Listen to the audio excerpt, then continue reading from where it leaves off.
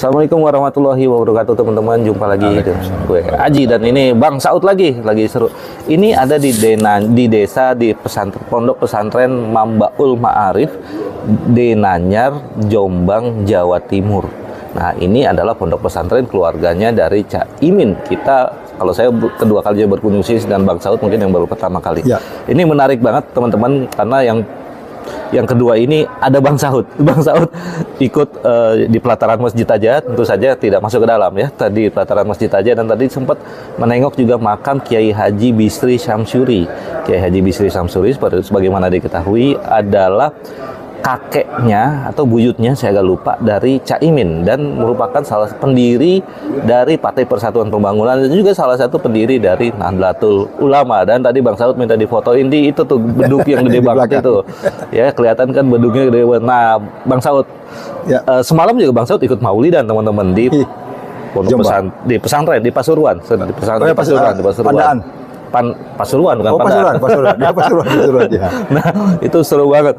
Nah, Bang Saud, what is your comment setelah kesini nih? Iya, jadi memang ini menarik ya perjalanan kali ini 2 hari tapi perlu padat ya. Ya pertama kita kan kemarin di Universitas Muhammadiyah kita berdiskusi tentang banyak hal mengenai membangun Indonesia dan kondisi Indonesia saat ini dan bagaimana sosiologi masyarakat, terus kemudian bagaimana perjalanan pemerintahan dan seterusnya, kemudian dialog.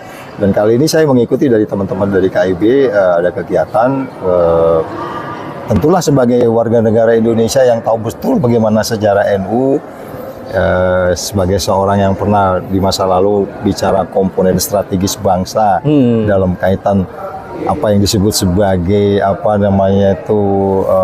ideologi politik, sosial, budaya, pertahanan itu kan Anda harus ada satu paket. Jadi tentu saya menarik untuk melihat seperti apa sebenarnya perkembangan di grassroots saat ini.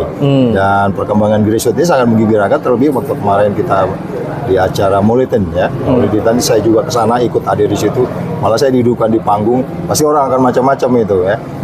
Ya sama dengan seorang dubes ya didudukan di acara Natalan umpamanya. Itu saya pikir sama dengan kayak begitu aja. Jadi artinya kita hadir untuk kemudian melihat bagaimana nilai-nilai yang berkembang di masyarakat dalam pengertian ada unsur agama dan sosiologi dan ada berkembang di situ. Ya menarik buat saya sehingga hari ini terima kasih juga saya juga kesempatan dengan teman-teman KIB di yang lagi incognito lah kita anggap ini ya, kunjungan yang tidak direncanakan secara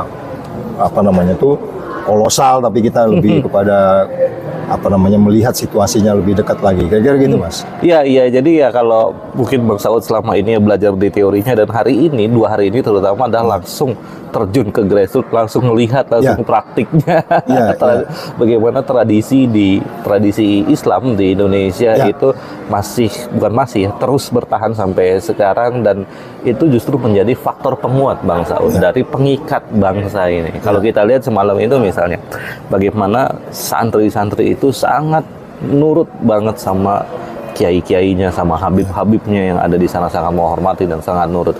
Hari ini kita juga melihat di pondok pesantren ini teman-teman, ini juga ada itu ya soal nurut bangetnya itu. Makanya kalau bicara mencari suara tidak aneh maka kalau para politisi itu datangnya ke pondok-pondok pesantren dan mencoba mendekati para kiai. Dan dalam pertemuan sebelumnya kita juga main-main di sekitar Jombang ini bersama KIB juga saya bertemu dengan beberapa kiai dan mereka bercerita soal bagaimana politisi ini udah datengin mereka, politisi yang lain juga datengin mereka dan sebagainya. Tapi ada satu hal yang menarik teman-teman. Ini kita sekarang bicara soal Anies Baswedan teman-teman. Karena ini channelnya juga soal banyak tentang Anies Baswedannya. Seperti diketahui ini adalah pondok pesantrennya keluarganya dari Cak Imin. Cak Imin sendiri adalah cawapres dari Anies Baswedan. Dan Anies Baswedan sendiri baik bersama Cak Imin maupun dia sendiri, seperti kita ketahui beberapa setahun terakhir ini sering banget dia ke pondok-pondok pesantren di Jawa Timur. Mungkin terbanyak dari antara baca wapres yang lain. Nah itu tandanya apa tuh Bang Saud? Kalau dari analisa Bang Saud nih? Iya, kalau kunjung-mengunjung itu kan tentu biasanya tato kromonya itu kan sama dengan kunjungan diplomasi. Kunjungan diplomasi itu kan ada protokoler konsuler, ada yang ngatur gitu, nggak ujuk-ujuk. Jadi tingginya tingkat intensitas kunjungan dari Anies Baswedan dan yang lain ke tempat yang kita anggap menjadi bagian dari pembangunan spiritual bangsa Indonesia termasuk di pesantren ini, saya melihat itu kan indikasi kuat mengenai acceptability-nya. Artinya ada nilai, ini kita bicara nilai dong ya, kita bicara value tentunya. Ada nilai yang sama yang diusung oleh Pak Anies dengan nilai yang dipegang di grassroots. Dalam hal ini ya pesantren Baul Ma'arif ini kan gitu ya. Dan pesantren yang lain. Ya, dan demikian juga kunjungan di pesantren-pesantren lainnya. Ya itu kan indikasi keberterimaan. Keberterimaan karena memang itu biasanya ada protokol konselornya, nggak ada ujuk-ujuk orang datang kayak gitu. Iya. Dan ini saya pikir ini indikator kuat untuk kemudian ada suatu harapan yang besar dari grassroots untuk kemudian Anies untuk memimpin negeri ini. Saya pikir itu. Cocok ya. Jadi nggak mungkin datang Pak Anies, apalagi kalau datang selalu pakai rombongan ya, rame-rame, ada kamera segala macam, ada pengawal.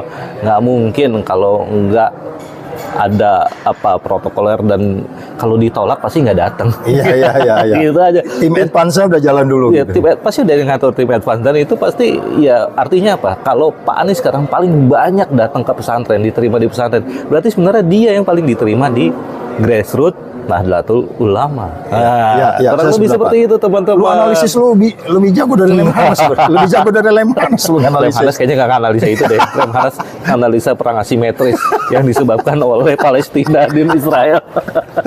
Oke teman-teman, jadi ini thank you banget Bang Saud. Sebentar kita cuma ngobrol-ngobrol pendek-pendek aja sih, dan ini udah running 6 menit, jadi cukup aja Bang Saud.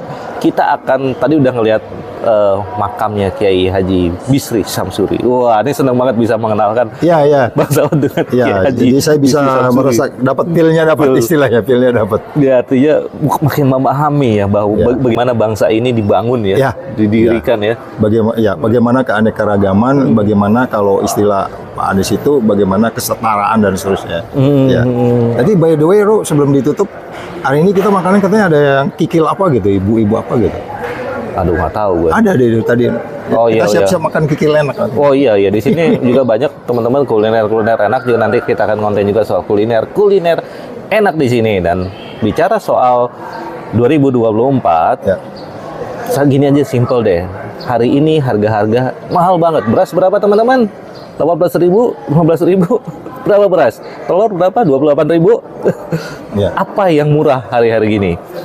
Apakah ini bukan berarti tanda-tanda bahwa ini something wrong? Nah, kalau something wrong 2024 kita mau kayak gini terus. Gini aja deh. Kalau kalian mau harga-harga tetap mahal, maka pilihlah status quo. Ya kan gitu ya. Karena mereka nggak bisa keluar dari pungkungan oligarkinya. Jadi, tapi kalau kalian mau perubahan, mau harga-harga murah, ayo kita sokong angin perubahan. Dorong perubahan bersama. Amin. Amin. Oke teman-teman, terima kasih banyak. Billahi taufiq wal hidayah. Wassalamualaikum warahmatullahi wabarakatuh.